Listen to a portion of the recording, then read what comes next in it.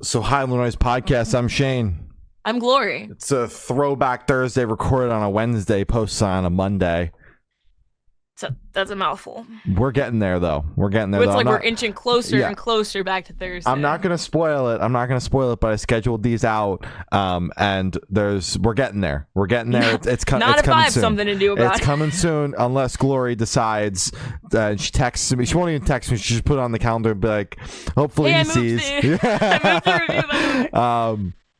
But, last week we wrapped up with Black Veil Brides and their discography with their most recent record, The Phantom Tomorrow. Now we're diving into Ice Nine Kills. This is a band that Glory and I have thrown around a bunch. Since the very beginning. Since the very beginning. It's a band that we're both very, very familiar with. So we're like, it makes a lot of sense at some point to dive into their discography and go for it. But I've been putting it off because when I was a fan of Ice Nine Kills, I checked out their older stuff, and I was like, this is not something that I want to talk about, honestly. This is not something that I want to have to come back to. But when the conversation came up again, coming off of the back of Black Veil Brides, we were like, it makes a lot of sense just to get Ice Nine Kills out of the way. We're doing this right around Halloween as well. They're a very spooky band. It makes a lot of sense. There were a lot of reasons to finally say yes. Also, we're wrapping up the Trinity. Yeah. Trinity of Terror. Yeah. We already did Motionless, Black Veil Brides, now Ink. There you go. So today we're kicking it off with their 2006 record, Last Chance to Make Amends. This is their debut album. I remember very vividly buying this record on Bandcamp because this album was put on Bandcamp by the band before it hit streaming services. Because by the time it hit streaming services, my Ice Nine Kills, fascination, has kind of I moved on to other things. I'm not obsessed with this band like I was. I spent my time really deeply listening, and it was put on Bandcamp around that time when I was really deeply listening to the band. They were one of the only things I was listening to. Now I'm a fan. I listen on occasion. I get excited when there's new music, but I'm not religiously listening. So, but I remember when I bought it on Bandcamp, I was so disappointed because I couldn't finish listening to this album, if I'm being honest with you. And I've listened to it a couple times now in preparation for this review. This is ping-ponged around on our calendar a little bit, so I've listened to it ahead of each time that we thought we were going to be doing this. And I mean, I got through it both times, but it was begrudgingly. I just, this record's like the epitome of a debut record, honestly. You either wind up coming out with like a cult classic or like a how the hell is this band as big as they are now.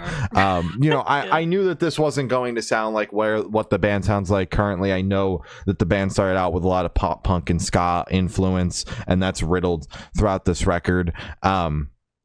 But my main gripe with this album is that, like, there are moments in songs that are good where you can see why the band got to where they are. The songwriting ability was there, but every single song is about 2 minutes longer than it has to be, and it ultimately takes away from any song on the record really resonating, because like a track is really, really solid if it cuts off at the 3-minute mark, but then it goes on for another hour and a half. Another hour and a half. That's what it feels like. Another minute and a half. And it just doesn't feel like it's ever going to end. I mean, most of this record clocks in at 4 minutes or over, and that just, the songs don't call for it. At the end of the day, they're trying, if with this record, they're in the alt rock, pop punk, ska space, where these songs aren't calling, that style of music is not calling for a 5-minute long song, really, ever. That genre isn't known for for the length. No. And that's my main gripe. Like I said, you can see the basis of where the band is at and where they're coming from, absolutely, with this album. There are moments in most of I don't truly think that there's a single song on this record that front to back sucks, but every single song sucks because it goes on too long. So that's why, like, you can see where the band is coming from, and that there are glimmers of hope throughout the record that ultimately will then come through as a more polished sound later on in their discography. That songwriting ability comes through as they learn to whittle songs down and not have them go on as long. But that's my main gripe with this record. It's just that every single song is way too long. And I'm going to leave it at that. I thought this record was fine, but not something that I'm ever looking to come back to. Damn. Okay. I had a different experience with this record. Granted, I mean, like, I had a massive Ice Nine Kills phase. Like, it was intense. I still have pictures back here. I have a fucking skateboard. There's a lot going on. Um, that has since passed. That was kind of like 2022, 2023. At the time of recording, it's the end of 2025. And the only albums I was really obsessed with were the Horror Woods. So their most recent records. I never listened to like Every Trick in the Book. I never listened to Predator Becomes a Prey, whatever the fuck. So all of this is going to be completely new to me, but I still have the familiarity of what I know now. Um, this record, I completely agree. It is the epitome of a debut because you could see the roots and you can kind of see them like dipping their toe into like story building and it's cool to see a debut record kind of this well thought out. I mean, there's an intro track kind of like showing you that there's kind of like a slight storyline. There are, as I said, like interludes. There is kind of like a common theme of love and murder and shit like that. So it's kind of like the basis of Ice Nine Kills is in this record. So it was easy for me to get into and it was easy for me to listen to. I'm pretty sure I spun it twice unintentionally, but I wasn't mad at it restarting. Um, I'm not mad at it at all. I think my favorite is probably Family Unties, Finding Emo.